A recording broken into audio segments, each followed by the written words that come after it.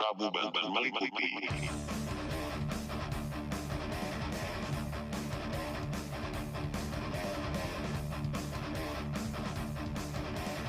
Prasasti Munjul, peninggalan masa kerajaan Tarumanegara di dataran Sunda. Prabu Banten Pandeglang, Selasa, tanggal 29 Agustus tahun 2023. Prasasti batu tulis merupakan salah satu bukti sejarah yang kita miliki dan merupakan peninggalan dari kerajaan Sunda.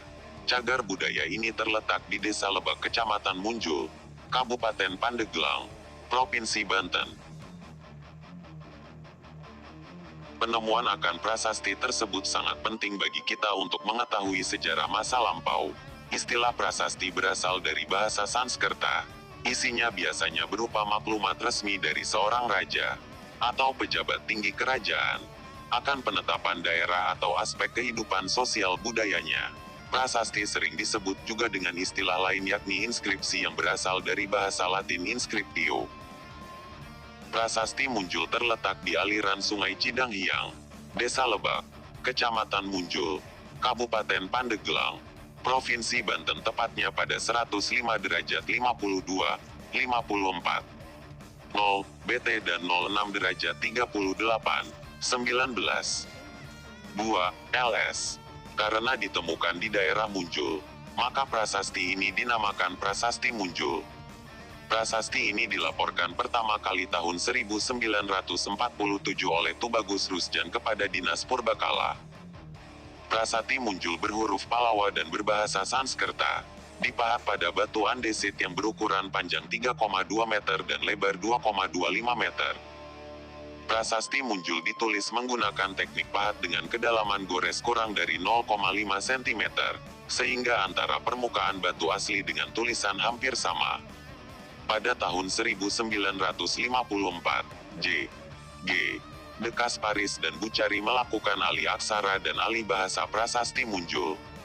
Prasasti ini terdiri atas dua baris kalimat yang merupakan seloka dan metrum anustup, berbunyi sebagai berikut. Vikranto, Yam Vanipate Prabu Satyapara K. Ra. Mah. Narendra Dajabutena Srimatah Purna Farmana.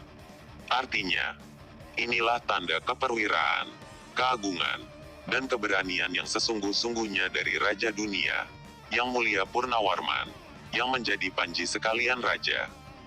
Dari hasil pembacaan prasasti tersebut dapat diketahui bahwa daerah Banten pernah masuk dalam wilayah kekuasaan Raja Purnawarman dari Kerajaan Tarumanagara. Sekitar abad ke-7, Kerajaan Tarumanagara berakhir dan sesudah itu tidak ada bukti atau berita yang menyatakan kerajaan tersebut masih ada. Kondisi prasasti Munjul cukup terawat tetapi terancam karena terletak di aliran sungai. Saat debit air Sungai Cidanghiang tinggi, prasasti ini terendam air. Meski sudah disuntik atau dialihkan karena tanggul kurang tinggi, kondisi saat ini, batu prasasti Munjul telah dilindungi bangunan cungkup terbuka, tanpa dinding. Kepala Desa Lebak, Surya, menyampaikan bahwa area batu tulis menurut informasi kurang lebih 2 hektar. Jadi saya minta kepada dinas terkait, baik dari kabupaten atau provinsi, agar bisa membangun pembatas atau pagar, agar kami lebih efektif melestarikannya. Juga kami minta, kalau memang ada alokasi dana untuk pengembangan situs batu tulis ini, kami mohon segera dibangun untuk wisata. Karena bagaimanapun wisata ini sangat strategis bagi anak pendidik atau masyarakat biasa, ungkapnya. Lebih lanjut, alhamdulillah akses jalan menuju Desa Lebak kawasan wisata batu tulis sudah cukup baik atau tidak ada hambatan baik roda 2 dan 4. Bagi yang suka dengan sejarah, apalagi sejarah kerajaan Sunda wajib ke tempat prasasti batu tulis ini. Lokasinya 600 meter dari kantor Desa Lebak. Wisata prasasti batu tulis merupakan tempat yang cocok bagi wisatawan yang ingin melihat peninggalan sejarah. Di prasasti akan terlihat tulisan berupa huruf Sunda zaman dahulu dan keasrian alam dan sefisis seperti lutung, monyet dan burung elang masih ada di kawasan batu tulis Munjul ini. Reporter Iwan Kejes mengabarkan. Saya sebagai kepala desa Lebak meminta kepada terkait secepatnya yaitu Dinas Pariwisata baik itu kabupaten maupun provinsi mohon segera mengambil langkah-langkah membatasi tanah, artinya karena tanah ini informasinya 2 hektar kurang lebih lokasi batu tulis ini, ya kenyataannya sementara ini memang ada yang digunakan digarap oleh masyarakat. Ya, itu pun ya tidak sia-sia karena untuk kehidupan masyarakat juga. Tapi yang jelas kalau ini sudah ada patok atau pagar untuk menguatkan batas-batas lokasi batu tulis ini, nah kami lebih enak lagi, artinya melestarikan lokasi batu tulis. Dan untuk itu kalau memang ada ada alokasi dana yang untuk pengembangan situs batu tulis ini, kami mohon ya segera dibangun untuk yaitu wisata, karena bagaimanapun wisata ini ya wisata yang sangat strategis bagi anak didik atau masyarakat biasa. Untuk itu kami sekali lagi kepada Bapak Ibu yang berwenang, mohon kiranya untuk membangun lokasi batu tulis ini. Untuk itu kaitannya dengan kesejahteraan masyarakat Desa Lebak juga, khususnya umumnya di Kecamatan Munjul, Kabupaten Pandeglang. Sekian dan terima kasih. Aparat desa sebagai aparat desa, karena nilai sejarahnya yang begitu bagus, sehingga kami ada khawatir terutama areal-areal atau lahan-lahan. Dalam artian kami di sini sangat membutuhkan yaitu pembatas, yang tentunya batasan-batasan tersebut perlu uluran tangan dari pemerintah terkait ya, baik itu pariwisata maupun diaspora itu sendiri.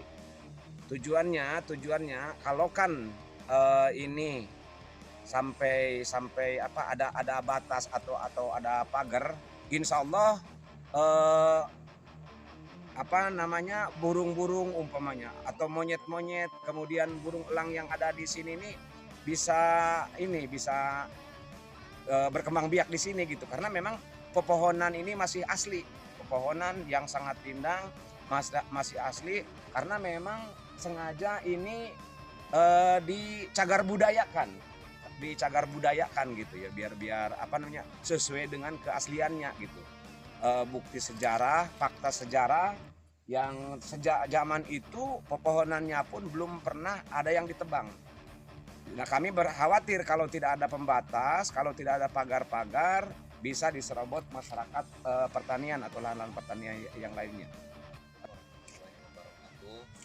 Saya masyarakat Desa Lebak di sini mungkin akan membacakan sejarah singkat Raja Purnawarman dari Kerajaan Tarumanagara, kenapa bisa napak tilas ke Desa Lebak sehingga meninggalkan batu tulis yang beraksarakan bahasa Sanskerta. Sejarah singkatnya yaitu pada zaman Kerajaan Tarumanagara, prajurit atau orang kerajaan dari Kerajaan Tarumanagara sedang melakukan patroli atau menyisir wilayah Kerajaan Tarumanagara ke Laut Ujung Kulon. Setelah itu mereka menemukan bajak laut yang sedang membajak perahu nelayan kecil, nelayan perairan Ujung Kulon. Setelah itu terjadilah peperangan. Akhirnya singkat cerita, prajurit dari Kerajaan Tarumanagara dikalahkan oleh pasukan bajak laut. Setelah itu seminggu kemudian ada salah satu prajurit yang terdampar di basisir Laut Ujung Kulon yang ditemukan oleh nelayan yang bernamakan Bima dan temannya. Setelah itu prajurit yang terluka berat dibawa ke kerajaan Tarumanegara, dilaporkan kepada rajanya. Setelah itu kerajaan Raja Purnawarman amat marah besar, sehingga beliau menyatakan perang terhadap bajak laut yang ada di perairan Ujung Kulon. Sehingga setelah itu berangkatlah Raja Purnawarman sekaligus beliau memimpin pasukan untuk berperang ke melawan bajak laut. Singkat cerita, terjadilah pertempuran antara bajak laut dengan pasukan kerajaan Tarumanegara yang dipimpin oleh Raja Purnawarman. Setelah itu dikalahkanlah pasukan bajak laut oleh kerajaan Raja Purnawarman. Ada salah satu atau kepala bajak laut, yaitu bajak lautnya sendiri lari ke sungai Teluk Lada.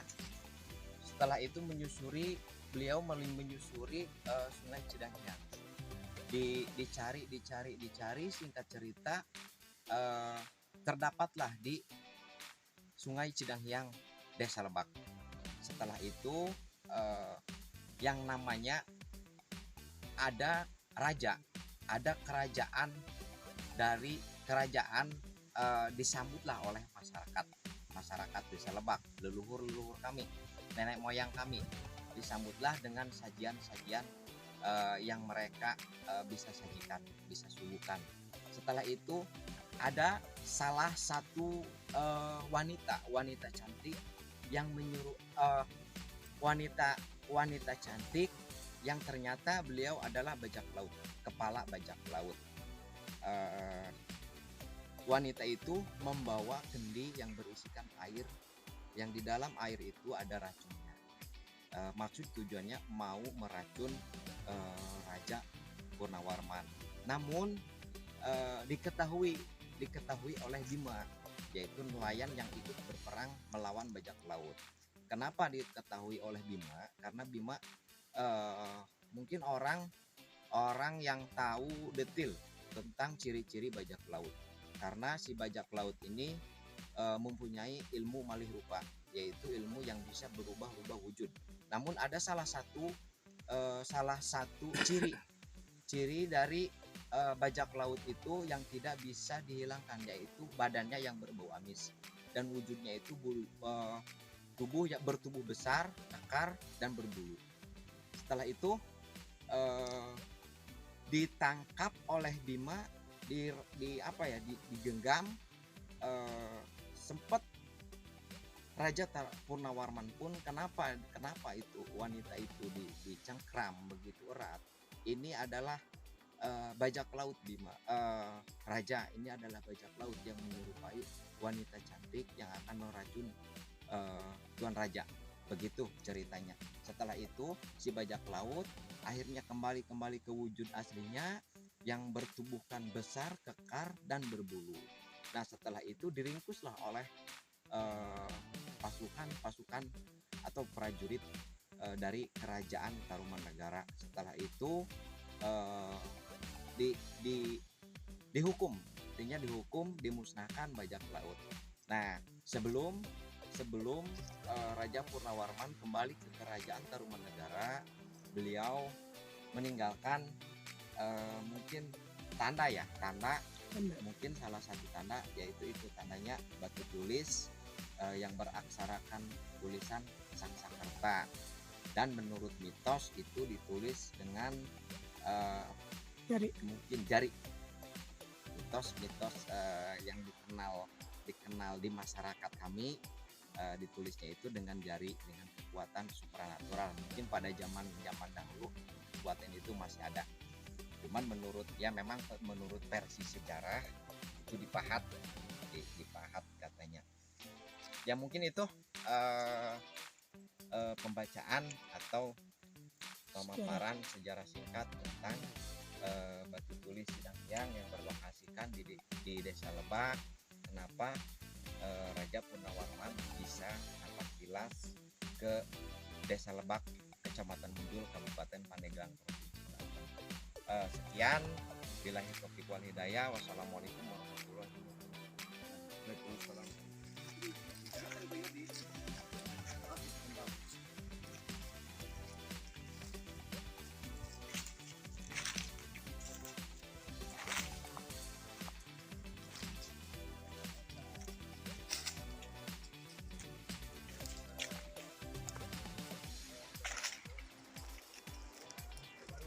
Gitu.